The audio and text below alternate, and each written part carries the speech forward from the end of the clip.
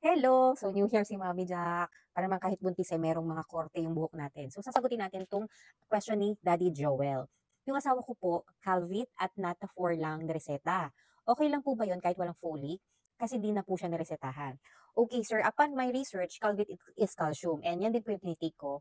And Nata4 is of multivitamins that support a healthy pregnancy. And since multivitamins nga siya, maraming vitamins ang included sa Nata4. Isa na po doon is the folic acid. Huwag po kayo masyadong mag-worry kasi meron na pong folic acid ang Nata4. Pero iba-iba naman din talaga per OB. May mga OB na bukod sa multivitamins, nagre-reseta pa sila ng separate na folic acid, lalo na kung ang misis mo is nasa first trimester, between 1 to 3 months of her pregnancy.